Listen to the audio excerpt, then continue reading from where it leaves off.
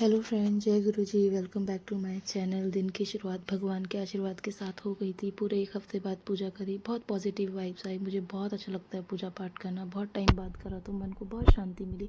आज नाश्ते में बना रही थी अंडा ब्रेड, और आप इसको क्या बोलते हैं? मेरे ससुराल में तो इसको सेमी बोलते हैं। मुझे नहीं पता है इसको क्या बोलते हैं, और क्योंकि मैंने ससुराल में ही सीखा है, मेरे मायके में ये चीज़ें होती भी, मैंने खाई भी नहीं है कभी। ये बीज अच्छा जो पहाड़ों से होते हैं ना, वो हरी सब्जी, मतलब पालक, चौलाई, सरसों, मेरे हस्बैंड हमेशा रेडी रहते हैं। इसको सेमी बोलते हैं। आप मुझे कमेंट ज़रूर करना क्या बोलते हैं।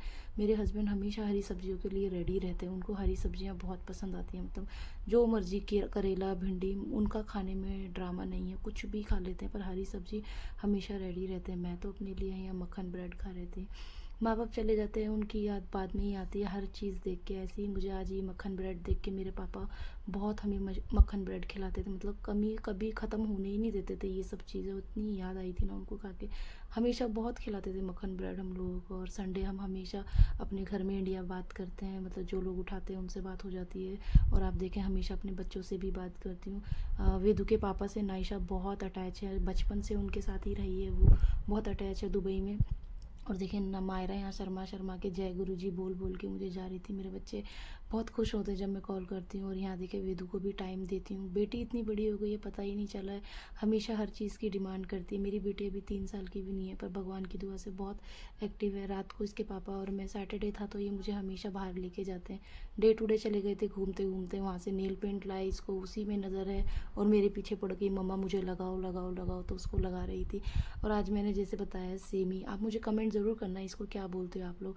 और मेरे हस्बैंड को जैसे कि मैंने बताया हरी सब्जियां बहुत पसंद है, लेके आए थे। मेरे पास यहाँ सिलबट्टा नहीं था, पर लहसुन अदरक का पेस्ट भी था। पर मैं इसी को बिल्कुल देसी स्टाइल में ही बना रही थी। मैं अपने ससुराल में भी कुछ सब्जियाँ होती हैं ना, क्योंकि ससुराल में तो ये घर में ही लगती थी सेमी, तो मैं इसको सिलबट्टे में पीस के, यहाँ तो मुझे सिलबट्टा नहीं मिला तो मैंने, आप देखें, इसी में कूट लिया था मैंने। जीरा, सूखा धनिया और क्या कहते हैं, सूखी लाल मिर्च भी भूना था अच्छे से मैंने, और उसको फिर मैंने दरदरा कूट लिया था।